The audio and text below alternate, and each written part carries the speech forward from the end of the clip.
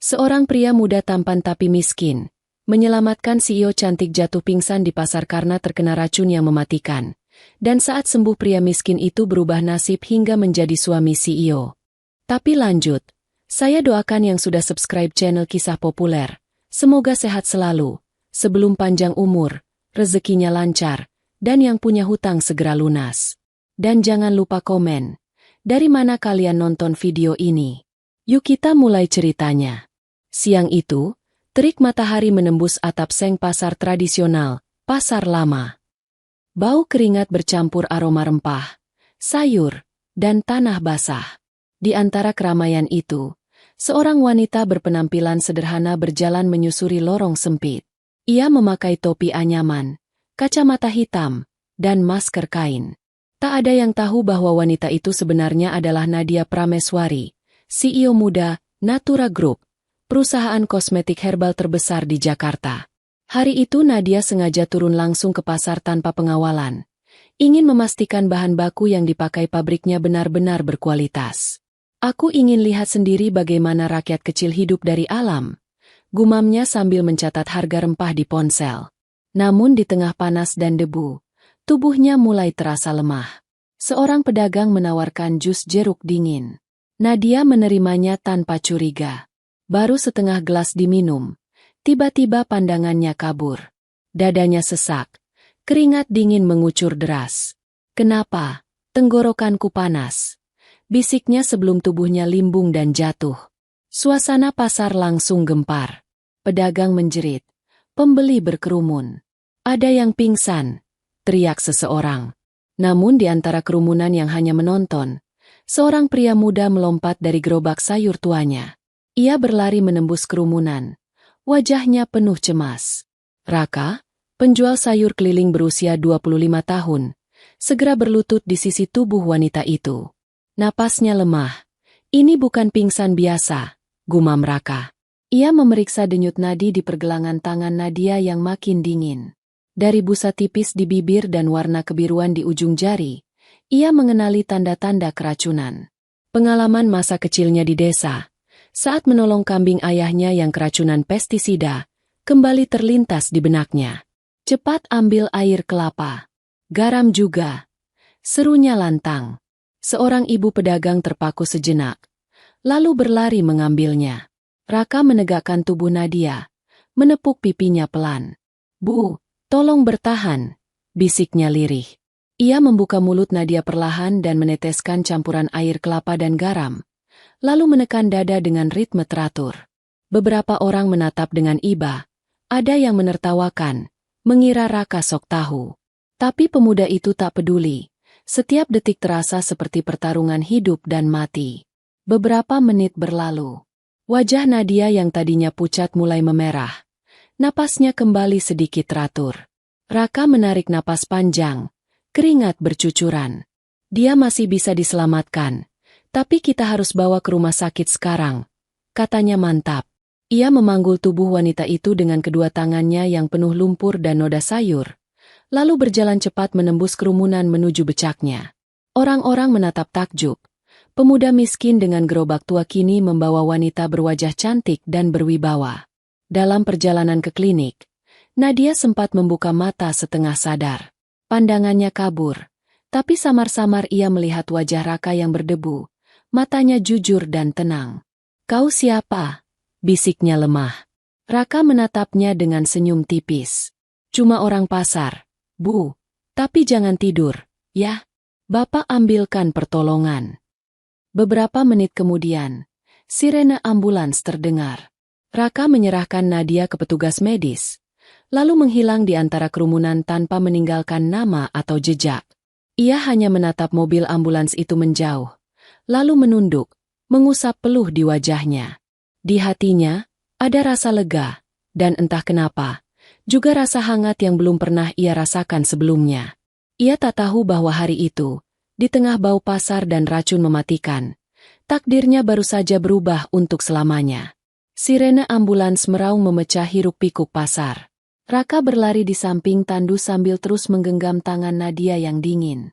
"Tolong, jangan mati," bisiknya di antara napas terengah. Beberapa menit kemudian mereka tiba di rumah sakit terdekat. Dokter jaga segera memeriksa. Nadi lemah. Tekanan darah menurun drastis. Ini tanda-tanda racun berat, ujar seorang perawat panik. Raka menatap cemas.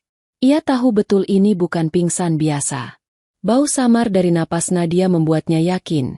Sianida, racun yang pernah ia dengar saat ayahnya menjadi tabib desa. Jarum infus segera ditusukkan, oksigen dipasang, tapi monitor jantung hanya menunjukkan garis naik turun yang semakin datar. Kita sudah beri antidotum standar, tapi dosis racunnya tinggi sekali, ujar dokter dengan nada menyerah. Kalau 15 menit lagi tak ada respons, kita kehilangan dia. Raka menelan ludah, pikirannya berpacu. Ia tak bisa hanya berdiri. Ia ingat sesuatu, ramuan rahasia peninggalan almarhum ayahnya, yang dulu menolong warga desa saat mereka keracunan pestisida. Bahan-bahannya sederhana, ekstrak daun jinten hitam, madu kelapa, dan sari temulawak. Ia menyimpannya di rumah, dalam botol kecil berisi cairan kecoklatan. Tanpa pikir panjang, ia berlari keluar rumah sakit, menembus hujan gerimis yang mulai turun. Ia mengayuh sepeda tuanya secepat angin ke rumah gubuk di pinggir kali. Napasnya memburu, tangan bergetar saat membuka lemari kayu tua. Botol itu masih ada, berdebu tapi utuh. Ayah, semoga ramuan ini masih bekerja, gumamnya. 10 menit kemudian, Raka kembali ke rumah sakit dengan baju basah kuyup. Ia mendobrak pintu ruang icu kecil tempat Nadia terbaring. Tolong, izinkan saya coba ini, serunya sambil menunjukkan botol kecil itu. Para perawat menatapnya aneh. Dokter menggeleng. Kau siapa? Ini bukan waktunya coba-coba. Namun Raka bersikeras. Saya anak tabib. Saya pernah lihat racun ini di desa. Kalau tak dicoba, dia akan mati. Suaranya bergetar, tapi matanya tegas. Dokter menatap monitor yang hampir datar, lalu menghela napas. Baik. 5 menit lagi garis itu datar juga. Lakukan kalau memang yakin.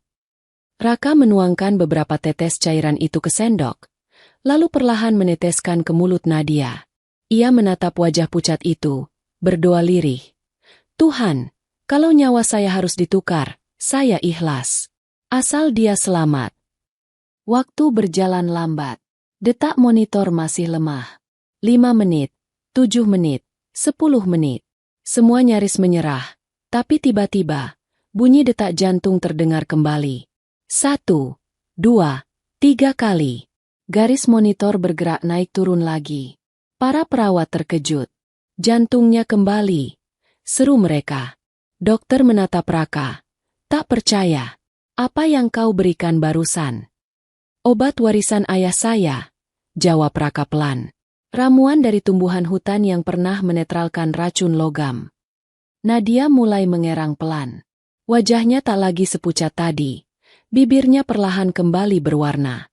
Raka menatapnya dengan mata basah. Tangannya masih menggenggam tangan wanita itu yang kini mulai hangat. Beberapa jam berlalu. Kondisi Nadia stabil. Dokter menyebutnya keajaiban medis. Namun bagi Raka, itu bukan keajaiban. Itu jawaban atas doa. Ia keluar ruangan dengan langkah lelah, duduk di lorong rumah sakit sambil menatap langit yang masih meneteskan hujan dalam keheningan malam. Ia tersenyum samar. Kau selamat, Bu Nadia. Itu sudah cukup, katanya pelan. Ia tak tahu bahwa mulai malam itu, nama dan wajahnya akan membekas selamanya di hati wanita yang baru saja ia selamatkan. Suara monitor jantung berdetak pelan.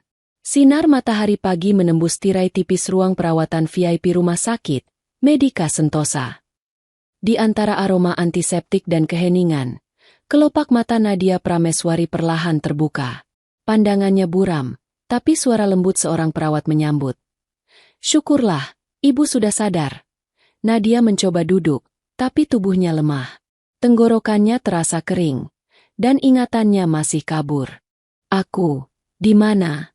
Suaranya serak. Di rumah sakit, Bu. Ibu keracunan kemarin di pasar, jawab sang perawat sambil memeriksa infus. Nadia terdiam. Ingatan samar mulai berputar.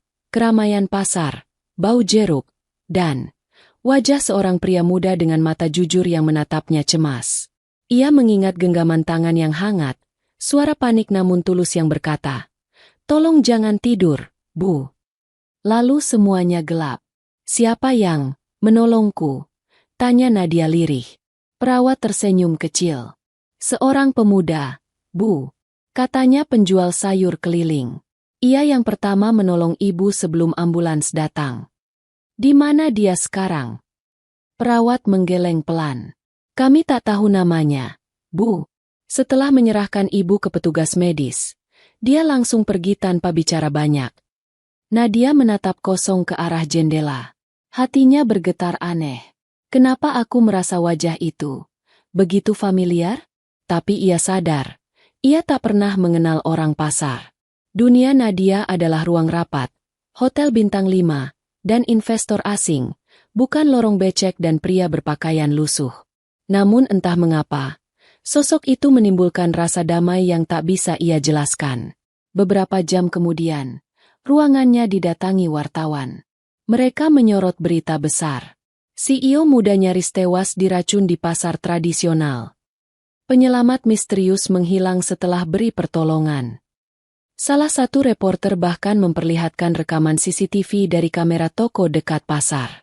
Dalam video itu terlihat sekilas seorang pemuda memapah tubuh Nadia ke ambulans.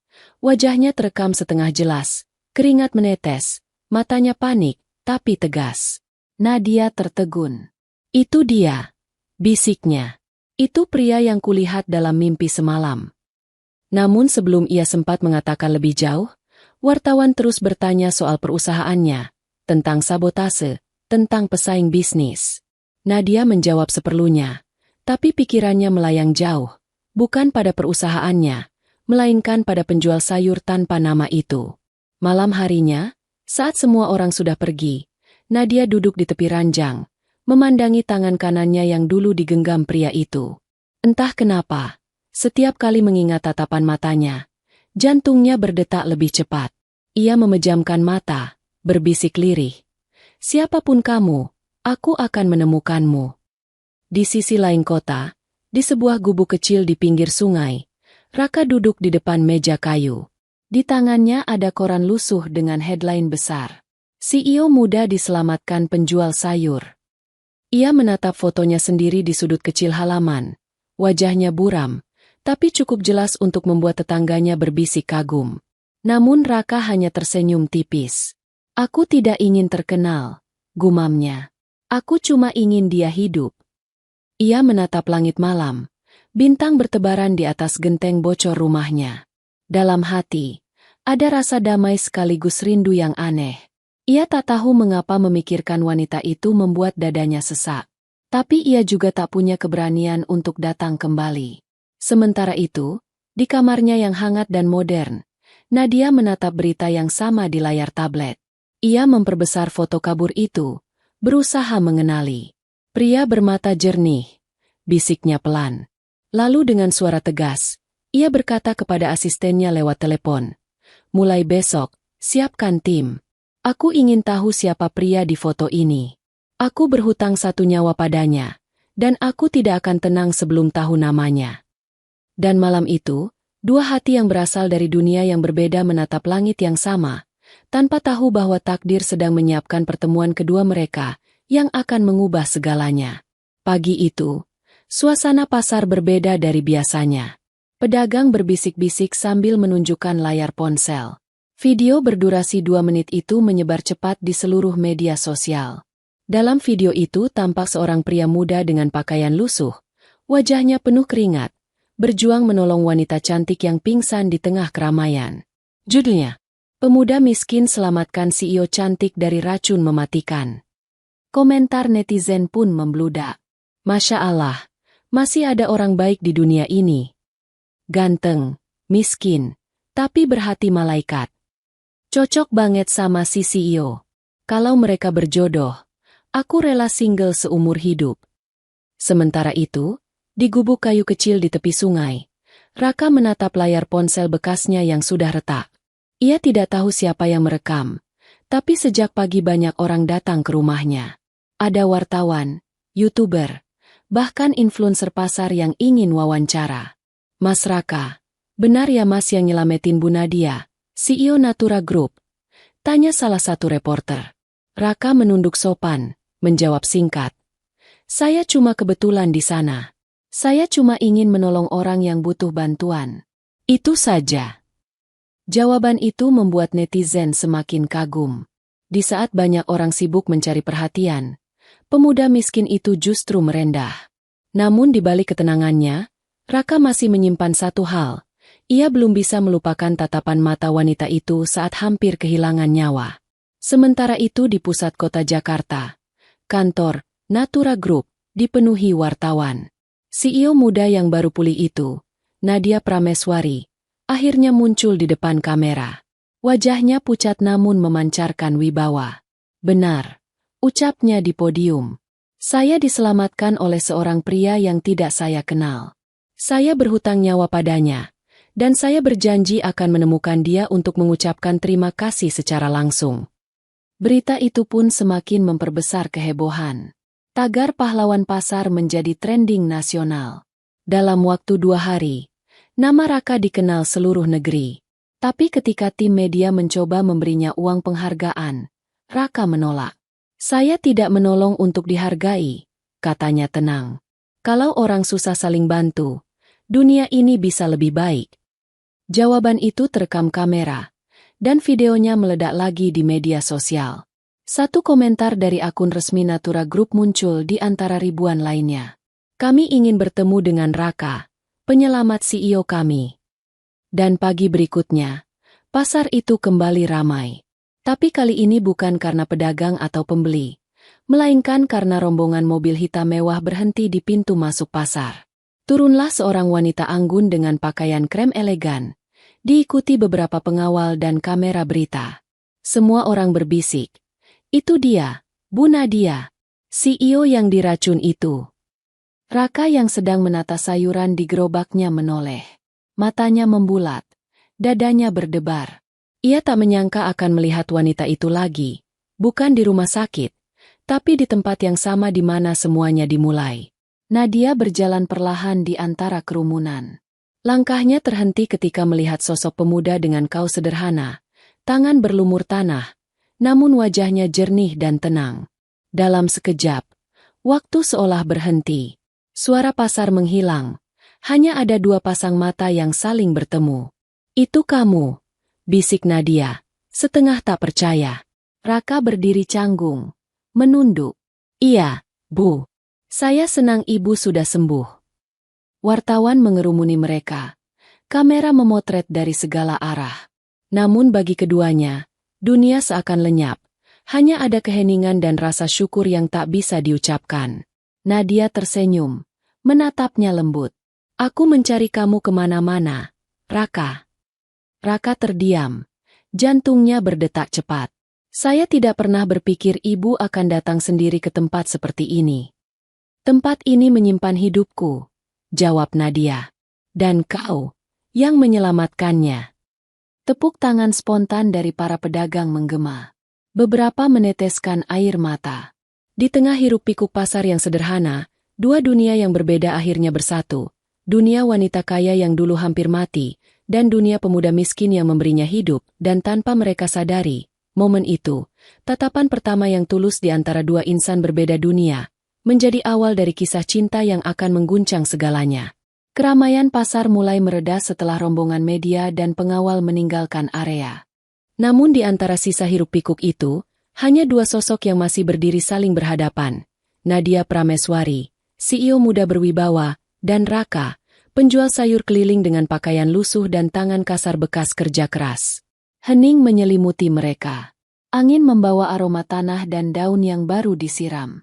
Nadia menatapnya lekat, seolah ingin memastikan bahwa pria di hadapannya bukan sekadar mimpi.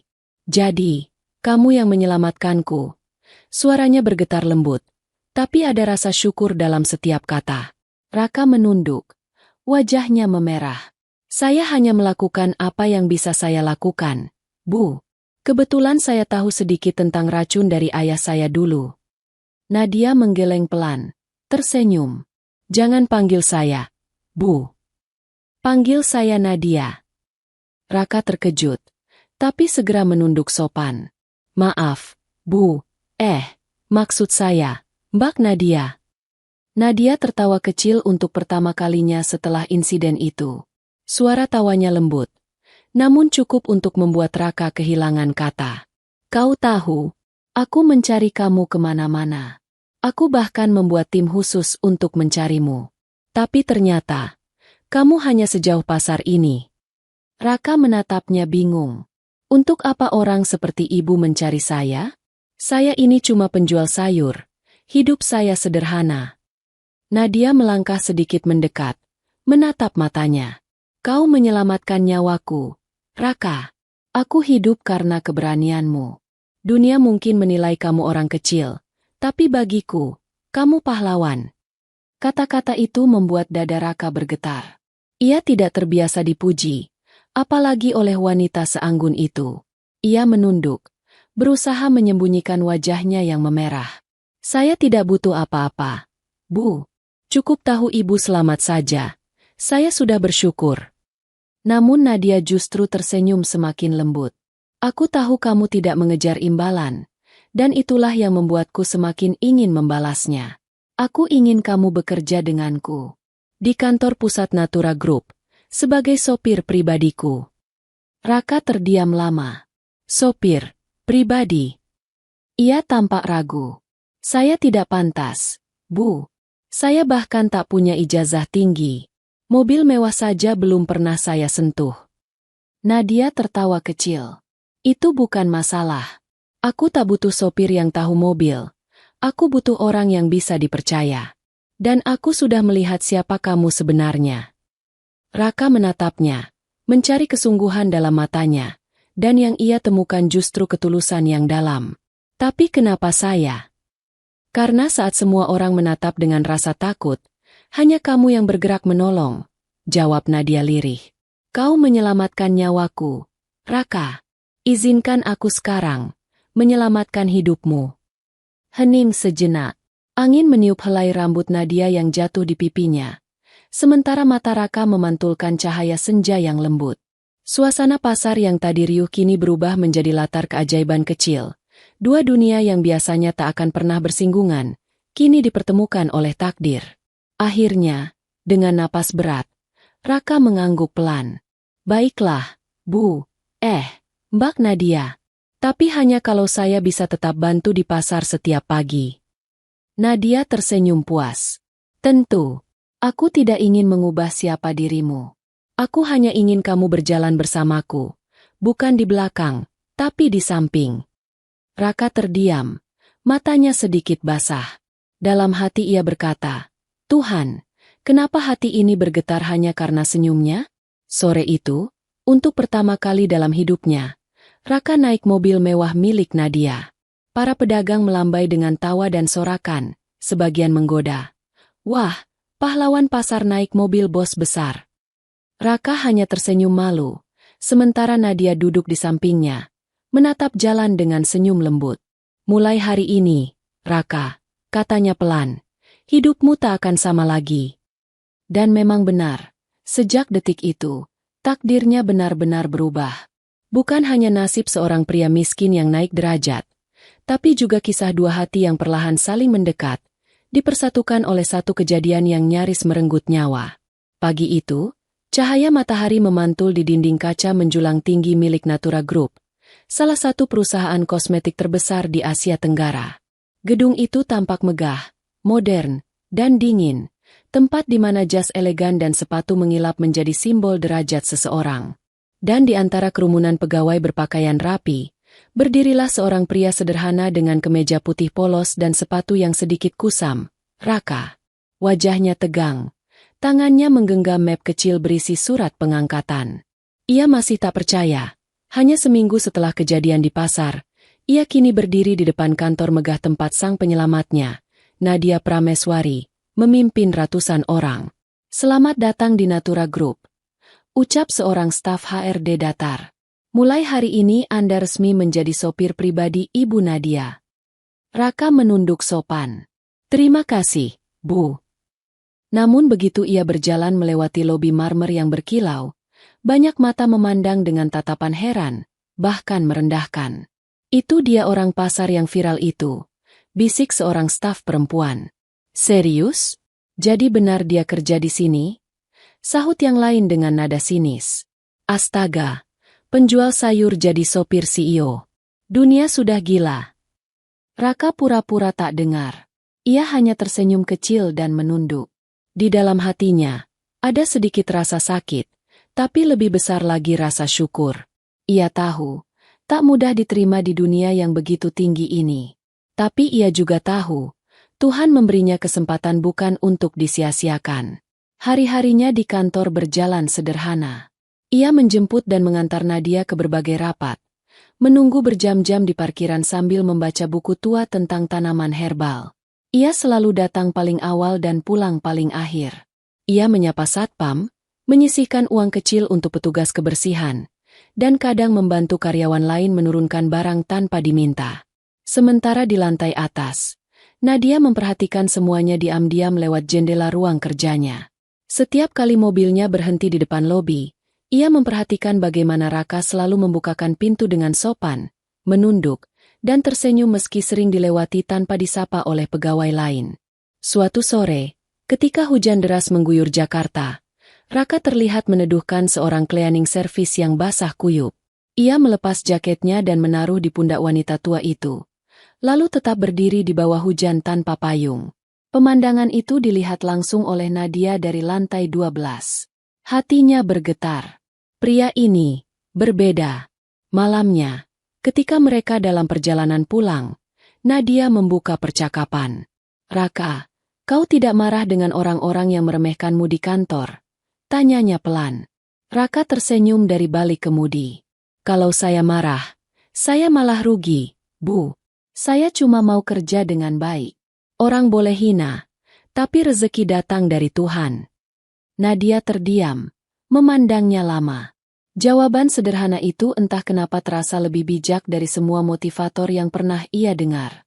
Kau selalu bicara seperti orang tua, Raka. Ucapnya pelan. Raka tertawa kecil. Mungkin karena saya terbiasa hidup susah, Bu. Kesabaran itu satu-satunya hal yang orang miskin punya tanpa harus bayar.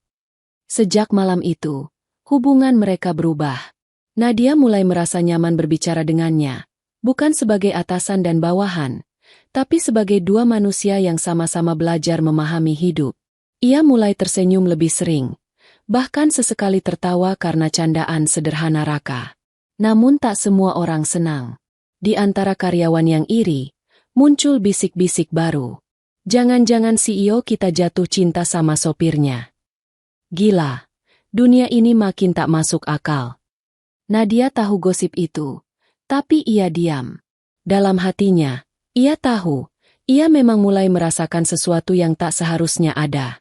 Rasa tenang setiap kali mendengar suara Raka, rasa hangat ketika melihat kesungguhannya bekerja, dan rasa yang sulit dijelaskan setiap kali mata mereka bertemu di kaca spion mobil.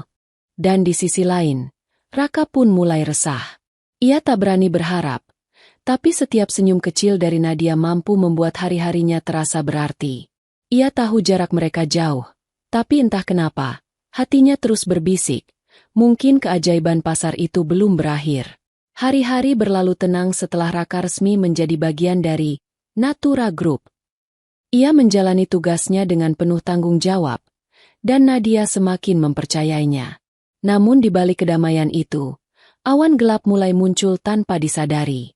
Suatu pagi, tim keamanan internal menemukan sesuatu yang mengerikan. Dari hasil penyelidikan, terungkap bahwa kasus racun di pasar dulu bukan kecelakaan, melainkan sabotase yang terencana. Racun itu dipastikan berasal dari laboratorium internal perusahaan sendiri. Seseorang dari dalam berusaha membunuh Nadia. Berita itu dirahasiakan, tapi Nadia mengetahuinya. Ia menatap berkas laporan di mejanya dengan tangan gemetar. Jadi selama ini, ada orang di dalam yang ingin aku mati, ucapnya lirih. Sore itu, rapat direksi digelar di lantai 15. Suasana tegang.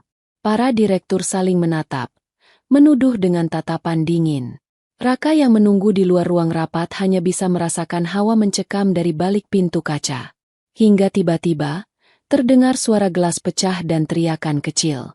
Raka spontan masuk, melihat Nadia memegangi lehernya. Wajahnya pucat, di depannya secangkir kopi yang tumpah di meja. Tanpa berpikir panjang, Raka menepis cangkir itu dan menggantinya dengan air putih. "Bu, jangan minum apapun dulu," serunya panik. Para direktur terkejut, tapi Raka langsung mengambil tisu dan mencium aroma dari gelas. Bau logam dan almond terbakar tercium kuat, sianida. Nafasnya tercekat. "Racun yang sama," bisiknya pelan. Nadia menatapnya, kaget dan takut sekaligus. "Kau tahu ini racun?" Raka mengangguk. Bau dan warnanya sama seperti waktu itu di pasar. Petugas keamanan datang, membawa gelas itu ke laboratorium uji internal. Hasilnya keluar 1 jam kemudian. Benar, racun yang digunakan identik dengan racun di insiden pasar. Semua mata menatap ke arah Nadia dengan cemas. Malam itu, Raka menemani Nadia di ruang kerjanya yang kini dijaga ketat. Hujan deras mengguyur kaca jendela. Kilat sesekali menyambar langit kota. Nadia duduk diam. Wajahnya pucat menatap berkas laporan yang basah oleh air mata. "Kenapa ada yang ingin membunuhku, Raka?" Suaranya bergetar. "Aku cuma berusaha jujur dalam bisnis ini. Tapi kenapa balasannya begini?" Raka menatapnya penuh empati. Kadang, orang yang berjalan lurus justru paling dibenci mereka yang terbiasa berbelok, Bu. Nadia menatapnya. Mata itu begitu teduh, begitu menenangkan. "Kau bicara seperti seseorang yang sudah melewati banyak luka," katanya pelan. Raka tersenyum tipis. "Hidup miskin mengajarkan banyak hal, Bu. Salah satunya, jangan pernah percaya siapapun sebelum kau lihat siapa yang rela berdiri di sisimu saat kau jatuh." Sejak malam itu, Raka bukan lagi sekadar sopir pribadi. Ia menjadi pelindung pribadi Nadia. Ia memastikan setiap makanan, minuman, dan perjalanan aman. Ia bahkan tidur di ruang keamanan bawah kantor setiap malam, berjaga diam-diam. Nadia mencoba menolak awalnya. "Kau tidak harus sejauh ini, Raka." Namun Raka hanya tersenyum. "Saya tidak melindungi ibu karena gaji. Saya melakukannya karena hati saya tak akan tenang kalau ibu terluka lagi." Kata-kata itu membuat dada Nadia bergetar hebat. Dalam keheningan malam yang hanya diisi suara hujan dan detak jam dinding, ia menyadari, ada sesuatu dalam diri Raka yang tak bisa ia temukan di dunia para pengusaha, sesuatu yang tulus dan murni. Dan di luar sana, seseorang sedang memperhatikan mereka dari balik jendela gedung seberang, menyalakan rokok, lalu menatap layar laptop berisi gambar Nadia dan Raka bersama. "Kau boleh selamat kali ini, Nadia," ucap suara dingin itu. Tapi perang baru saja dimulai. Malam itu, Jakarta diguyur hujan lebat. Langit tampak kelabu, petir sesekali membelah langit, menimbulkan gema yang membuat jalanan sepi. Raka menyetir perlahan, memastikan mobil hitam milik Nadia melaju aman menuju rumahnya. Di kursi belakang, Nadia duduk diam, menatap keluar jendela dengan wajah lelah. "Raka," katanya tiba-tiba. Suaranya nyaris tenggelam oleh bunyi hujan. "Kadang aku bertanya, kalau waktu itu kau tidak menolongku di pasar, mungkin aku sudah mati." Raka melirik lewat kaca spion, tersenyum kecil. "Saya hanya menjalankan apa yang hati saya suruh, Bu." Nadia menatap pantulan wajah Raka di kaca. Entah mengapa, setiap kali mendengar suaranya, hatinya merasa aman. Sesuatu yang tak pernah ia rasakan bahkan dari rekan bisnisnya sendiri. Namun rasa damai itu hanya bertahan sebentar. Di tikungan gelap menuju rumah Nadia, 2 motor tiba-tiba muncul dari sisi kanan. Lampunya redup, pengendaranya mengenakan helm hitam. Raka spontan menekan rem. Dalam sekejap, suara tembakan memecah keheningan malam. "Bra!" Kaca spion pecah. "Bu, tunduk!" teriak Raka. Ia segera memutar kemudi, memanfaatkan mobil sebagai tameng, lalu mempercepat laju kendaraan. Suara peluru menembus udara, menghantam bodi mobil. Nadia menjerit ketakutan, berpegangan pada kursi. Raka terus memacu mobil dengan kecepatan tinggi, berusaha kabur. Namun satu peluru menembus kaca belakang, dan percikan kecil darah muncul di bahu kirinya. Ia meringis tapi tetap menggenggam kemudi. "Raka, kau berdarah!" teriak Nadia panik. "Tak apa, Bu. Kita harus keluar dari sini dulu." Setelah beberapa menit menegangkan, mereka berhasil masuk ke area parkir hotel dan berlindung di basement. Raka menekan tombol darurat dan memerintahkan satpam menutup gerbang. Begitu mobil berhenti, darah sudah membasahi lengan bajunya. Nadia bergegas mendekat, membuka pintu dan menopang tubuhnya. "Astaga, Raka, bahumu kena peluru." Raka tersenyum lemah. "Hanya luka kecil, Bu. Yang penting ibu selamat." "Diam!"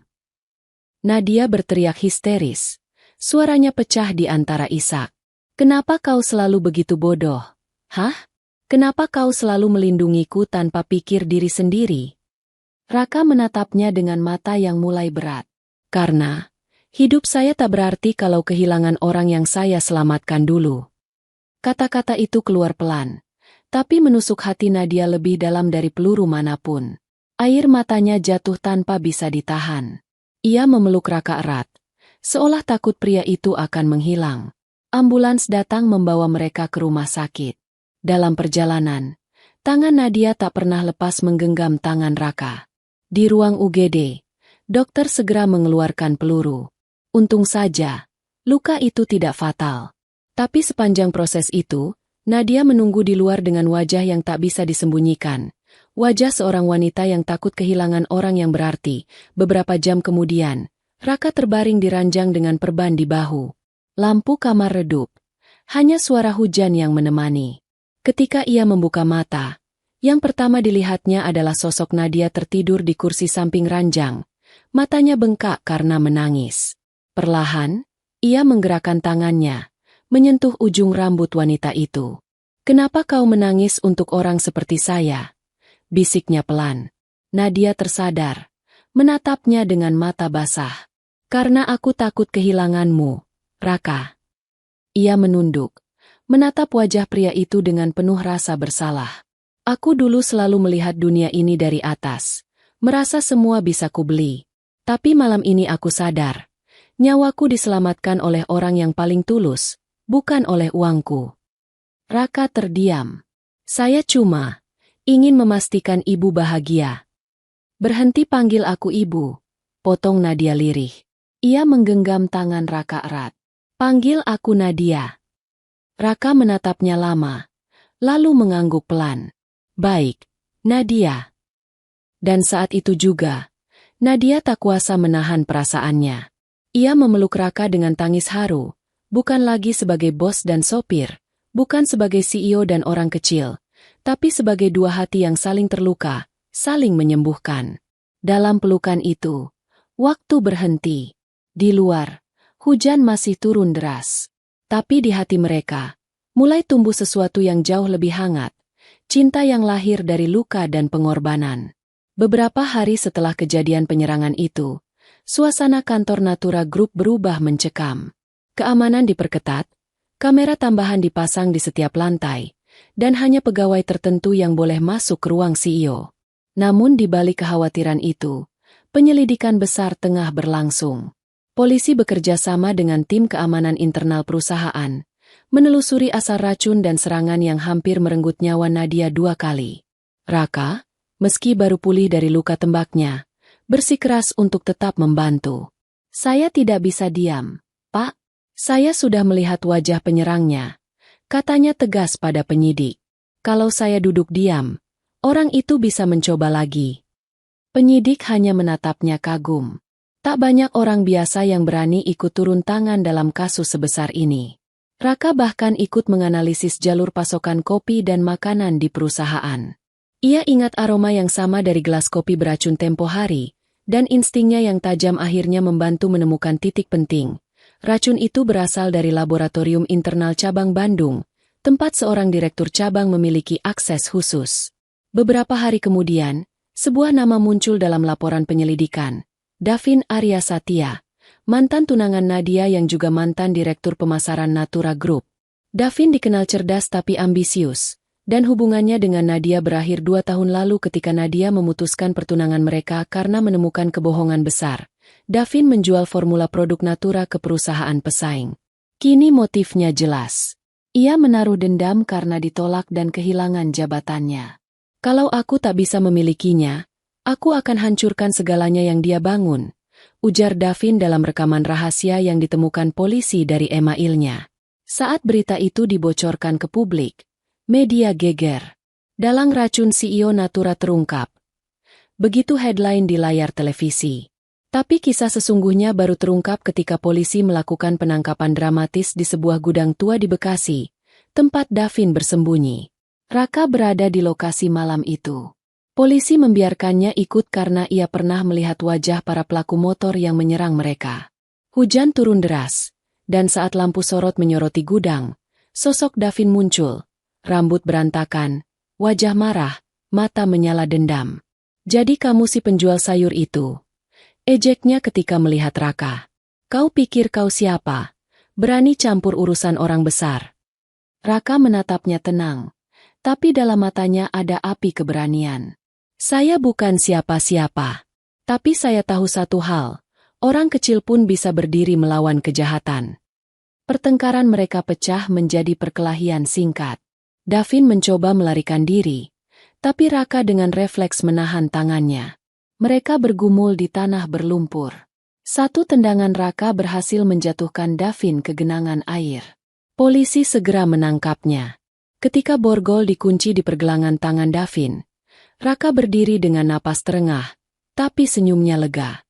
Permainanmu sudah selesai. Keesokan harinya, berita penangkapan itu memenuhi layar televisi. Publik bersorak, bukan hanya karena Dalang sudah tertangkap, tapi karena keberanian seorang pria sederhana yang ikut membela keadilan. Di depan kantor pusat, para karyawan berdiri memberi tepuk tangan ketika Raka datang pagi itu. Mereka tak lagi memandangnya rendah. Salah satu staf berkata, "Itu dia orangnya, pahlawan Natura." Raka tersenyum malu, menunduk. "Saya cuma melakukan apa yang seharusnya." Sementara di lantai tertinggi gedung kaca itu, Nadia menatap dari balik jendela. Ia melihat sosok pria sederhana yang dulu menolongnya di pasar kini dipuji oleh seluruh perusahaan. Matanya berkaca-kaca. "Dulu kau menyelamatkan nyawaku. Sekarang kau menyelamatkan nama baikku," bisiknya. Ketika Raka masuk ke ruangannya siang itu, Nadia berdiri dari kursi. Ia berjalan mendekat, lalu berkata lembut, "Dunia memanggilmu pahlawan, Raka. Tapi bagiku, kau lebih dari itu. Kau pelindungku." Raka menunduk. Suaranya serak. "Saya hanya ingin melihat ibu tersenyum lagi." Nadia tersenyum kecil. "Dan kau sudah melakukannya." Untuk pertama kalinya, Nadia tak lagi melihat Raka sebagai karyawan. Ia melihatnya sebagai seseorang yang telah mengubah hidupnya. Dan di hati keduanya, muncul keyakinan bahwa semua ini bukan sekadar kebetulan. Ini takdir yang perlahan menulis kisah cinta mereka dengan tinta keberanian dan pengorbanan. Ketenangan yang sempat dirasakan Nadia dan Raka setelah penangkapan Davin tak bertahan lama. Media yang awalnya memuji keberanian Raka kini mulai menggali sisi lain. Kedekatannya dengan CEO muda Natura Group. Headline majalah bisnis menulis dengan huruf tebal, "Cinta di balik racun. CEO cantik jatuh hati pada penjual sayur." Foto mereka berdua saat keluar dari rumah sakit tersebar luas.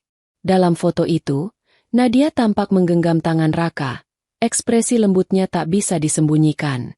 Sontak publik berspekulasi, dan dunia korporat pun berguncang. Dewan direksi memanggil Nadia ke ruang rapat besar di lantai 15. Di ruangan yang dingin dan berisi wajah-wajah serius, Nadia duduk tegak, menahan emosi. "Bu Nadia," ucap salah satu anggota dewan, "kami menghormati ibu sebagai pemimpin muda yang cemerlang. Tapi hubungan pribadi dengan bawahan, apalagi dengan latar belakang seperti itu, sangat tidak pantas bagi citra perusahaan." "Latar belakang seperti itu?" Nadia menatap tajam. Pria itu menghela napas. "Seorang mantan penjual sayur, Bu. Bayangkan apa kata investor. Nama Natura Group bisa jatuh karena gosip murahan. Ucapan itu menusuk hati Nadia. Ia mengepalkan tangan di atas meja, menahan amarah. Jadi kalian lebih peduli pada citra daripada kebenaran? Raka menyelamatkan nyawaku, menyelamatkan perusahaan ini, bahkan membantu menangkap pelaku sabotase. Tapi kalian hanya melihat statusnya. Ruang rapat hening. Tak ada yang berani menatap matanya. Namun setelah pertemuan itu, tekanan semakin kuat. Email dari investor datang silih berganti, menuntut klarifikasi hubungan antara CEO dan sopir pribadinya. Berita gosip makin menggila. Setiap langkah mereka diawasi, setiap tatapan mereka difoto, setiap senyum kecil menjadi bahan pembicaraan. Raka tahu semua itu. Ia membaca komentar kejam di internet yang menuduhnya laki-laki oportunis. Tapi ia tidak marah, hanya sedih. Suatu malam, ia memutuskan untuk bertemu Nadia di balkon kantor, tempat mereka sering berbicara di sela malam kerja. Nadia menatapnya dengan mata lelah. Kau lihat berita itu, Raka? Raka mengangguk pelan. Saya lihat, Bu. Kenapa mereka begitu tega menilai tanpa tahu apa-apa? Suaranya bergetar. Aku tak peduli pada mereka, tapi perusahaan bisa hancur kalau isu ini terus berkembang. Raka menatap langit malam yang dihiasi lampu kota. Saya tahu, Bu. Dan karena itu, saya ingin mengundurkan diri. Nadia spontan menoleh. Matanya membesar. Apa? Saya tidak ingin jadi batu sandungan, Bu. Dunia ibu terlalu besar, terlalu tinggi. Saya cuma orang biasa yang tak pantas berada di samping ibu. Nadia terdiam. Kata-kata itu seperti peluru yang menembus dadanya. Jadi begitu mudah kau menyerah? Raka menggeleng. Bukan menyerah. Justru karena saya peduli. Kalau saya tetap di sini, semua akan makin sulit untuk ibu. Air mata menggenang di mata Nadia. Raka, kalau kau pergi, siapa yang akan melindungiku? Raka tersenyum lembut. Orang lain bisa menggantikan tugas saya, tapi tidak tempat saya di hati ibu. Kata-kata itu membuat Nadia terpaku. Beberapa detik kemudian, ia melangkah maju dan memeluknya dari belakang. Aku tidak peduli dengan dunia, Raka. Aku hanya takut kehilanganmu lagi. Raka terdiam lama, menahan perasaan yang bergolak di dadanya. Ia ingin membalas pelukan itu, tapi ia tahu, dunia belum siap menerima mereka. Perlahan ia melepaskan tangan Nadia dengan lembut. Suatu hari, kalau Tuhan izinkan, aku akan kembali. Tapi sekarang, aku harus pergi. Malam itu, Raka meninggalkan gedung Natura Group dengan langkah berat. Hujan kembali turun, seperti saat pertama kali takdir mempertemukan mereka di pasar. Dari jendela atas, Nadia menatap mobil tuanya yang menjauh di antara rintik hujan. Matanya basah, hatinya hancur. Namun jauh di lubuk hati, ia tahu, cinta sejati tak akan hilang hanya karena jarak dan status. Dan di sisi lain kota, Raka menatap langit, berbisik pelan. Aku akan kembali, kalau saatnya tiba, bukan sebagai sopirmu, tapi sebagai seseorang yang pantas berdiri di sampingmu. Hari itu, aula besar Hotel Majestic Jakarta dipenuhi tamu undangan dari berbagai negara. Konferensi tahunan Natura Group digelar dengan megah. Lampu sorot menari, kamera televisi siaran langsung menyorot panggung utama, dan wartawan memenuhi setiap sudut ruangan. Tema acara, keberanian, kejujuran, dan harapan baru. Di tengah keramaian itu, Nadia Prameswari, CEO muda yang selama berminggu-minggu menjadi bahan berita, berdiri di balik panggung dengan napas berat. Gaun putih sederhana membalut tubuhnya, namun wajahnya tampak tegas. Ia tahu, hari ini bukan sekadar tentang bisnis. Ini tentang keberanian, untuk memilih antara citra perusahaan atau kebenaran hatinya sendiri. Sementara di kursi belakang, seorang pria sederhana duduk diam, Raka. Setelah kepergiannya beberapa minggu lalu, Nadia secara pribadi memintanya hadir sebagai tamu kehormatan. Ia ragu awalnya, tapi akhirnya datang, mengenakan jas pinjaman, wajahnya tenang namun jelas gugup. Acara dimulai.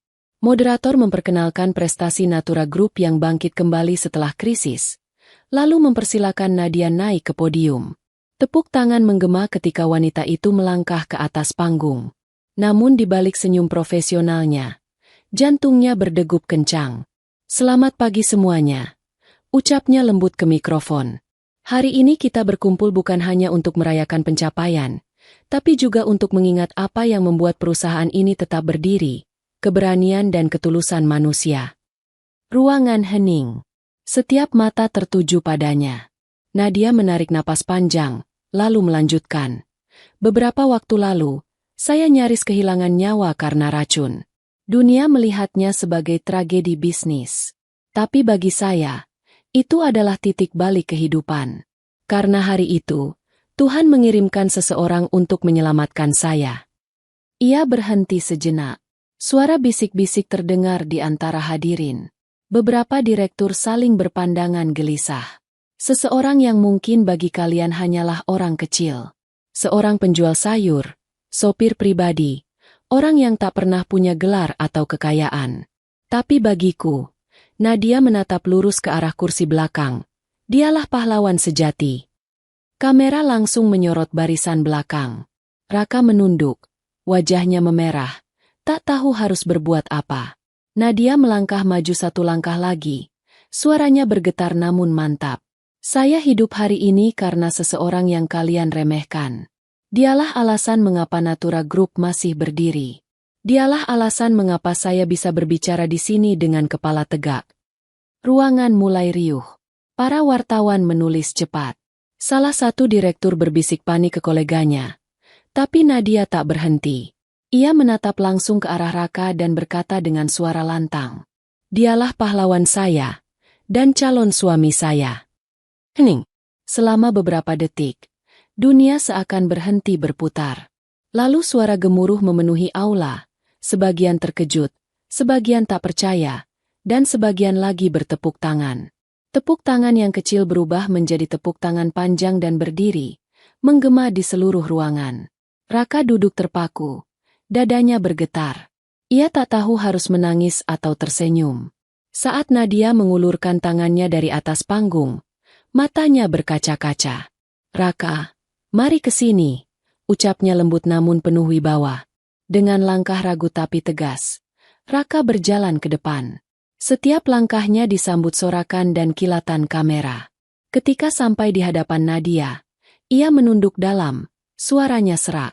"Saya tidak pantas menerima semua ini." Nadia tersenyum lembut, menatapnya penuh kasih. "Justru karena itu, kamu pantas mendapatkannya." Ia menggenggam tangan Raka di depan semua orang. "Kita semua berbicara tentang kesetaraan dan kemanusiaan, tapi hari ini aku ingin membuktikan, cinta sejati tidak mengenal jabatan, tidak mengenal harta. Cinta sejati hanya butuh hati yang tulus." Tepuk tangan semakin bergemuruh. Sebagian orang meneteskan air mata. Para wartawan berebut memotret momen itu. CEO muda bergaun putih memegang tangan seorang pria sederhana, berdiri di panggung megah dengan senyum tulus. Raka menatap Nadia dengan mata basah. "Kau tahu, Bu, Nadia, aku hanya ingin melihatmu bahagia, bukan membuat dunia gempar." Nadia terkekeh pelan. "Dan sekarang, dunia tahu kenapa aku bahagia." Malam itu, kisah mereka menjadi berita utama di seluruh negeri. Tapi bagi Nadia dan Raka, itu bukan tentang popularitas. Itu tentang keberanian untuk mengakui cinta yang selama ini mereka sembunyikan. Cinta yang lahir dari luka, tumbuh dari ketulusan, dan kini berdiri di atas panggung dunia. Beberapa bulan telah berlalu sejak konferensi besar yang mengguncang dunia bisnis Indonesia. Berita tentang keberanian Nadia dan ketulusan Raka telah menginspirasi banyak orang. Alih-alih merusak reputasi, pengakuan Nadia justru membawa gelombang positif bagi Natura Group. Masyarakat menyebutnya cinta yang menyembuhkan. Hari itu, langit sore Jakarta tampak cerah, awan putih menggantung lembut. Di taman belakang kantor pusat Natura Group, suasana berubah hangat dan penuh haru. Bunga-bunga melati dan mawar putih menghiasi setiap sudut taman. Tidak ada kemewahan berlebihan, hanya keindahan sederhana, persis seperti kisah cinta mereka. Di tengah taman, sebuah pelaminan kecil berdiri dengan hiasan kain krem dan lampu gantung yang berkilau lembut. Musik akustik mengalun pelan, membawa ketenangan yang menembus hati siapapun yang hadir. Raka berdiri tegap di depan penghulu, mengenakan jas abu-abu sederhana. Wajahnya memancarkan ketenangan dan rasa syukur yang dalam. Di sisi lain, Nadia berjalan perlahan diiringi langkah-langkah kecil menuju pelaminan. Gaun putihnya tidak mewah, tapi anggun dan elegan, seperti dirinya sendiri, kuat, lembut, dan tulus. Ketika mata mereka bertemu, senyum kecil muncul di wajah keduanya. Semua tamu seakan menahan napas, menyadari bahwa mereka sedang menyaksikan akhir dari sebuah perjalanan panjang, dari pasar becek dan bau racun, menuju taman penuh cinta dan restu.